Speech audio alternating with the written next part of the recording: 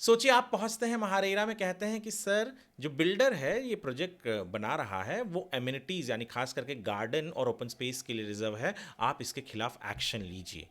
महारेरा कहता है आप तो इस बिल्डिंग में नहीं रहते, आप तो पड़ोस वाली बिल्डिंग के हैं, आपका और बिल्डर का कोई अग्रीमेंट ऑफ सेल नहीं है, आप अलॉटी नहीं है जिस बिल्डिंग के बारे में आप शिकायत कर रहे हैं, तो आपके केस को हम नहीं सुनेंगे, खारिज कर देती है महारेरा। सेक्शन 31 जो रेरा का है वो कहता है कि कोई भी अग्रीव्ड पर्सन जो है वो रेरा को अप्रोच कर सकता है किसी भी रियल एस्टेट प्रोजेक्ट या रियल एस्टेट एजेंट या अलॉटी के खिलाफ।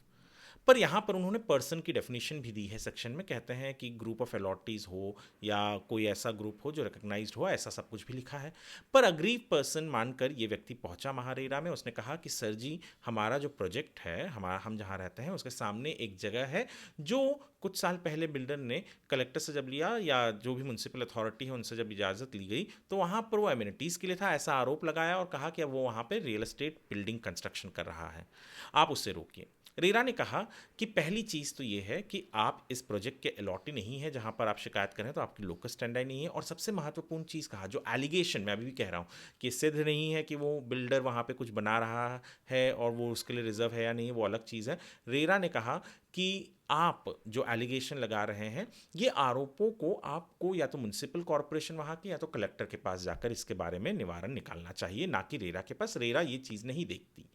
तो वो भी एक जुरिस्डिक्शन का भी मामला आ गया। पर रेरा ने कहा कि आप इस प्रोजेक्ट के नहीं है, अलॉटी नहीं है, लोकल स्टैंडर्ड नहीं है, बहुत इंपॉर्टेंट है, और उस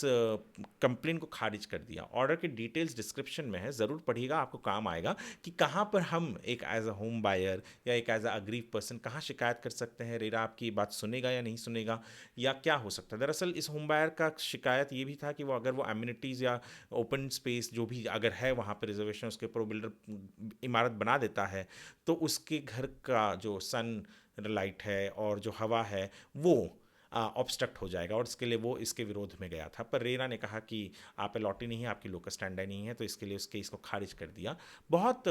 ज़रूरी है कि आप इस ऑर्डर को पढ़ें और हमारे वेबसाइट पर जाकर इस आर्टिकल को पढ़ें, squarefeetindia.com पर जाकर पढ़ें, ताकि समझ में आ सके और लोगों को भी आप बताएं कि किस चीज़ को कहाँ लेकर जाना है। शायद ये प्रॉपर फोरम नहीं था, प्रॉपर फोरम म्यूनसिपल कॉरपोरेशन और कलेक्टर होगा अगर इस तरीके के एलिगेशंस जो लग रहे हैं उनको सिद्ध करना है, उनके खिलाफ एक्शन लेना है। तो यहाँ पर रेरा में आप इस तरीके की शिकायत अगर लेके जाते हैं और पड़ोसी किसी और इमारत के लेके जाते हैं, शायद उसके साथ भी यही परिणाम हो, पर पता नहीं कब क्या हो सके। तो इसके लिए आप लोगों को जागरूक रखने के लिए हमने ये वीडियो बनाया है। आप भी ज़्यादा से ज़्यादा लोगों तक ये वीडियो पहुँचाएं ताकि वो भी जागरूक हो सके।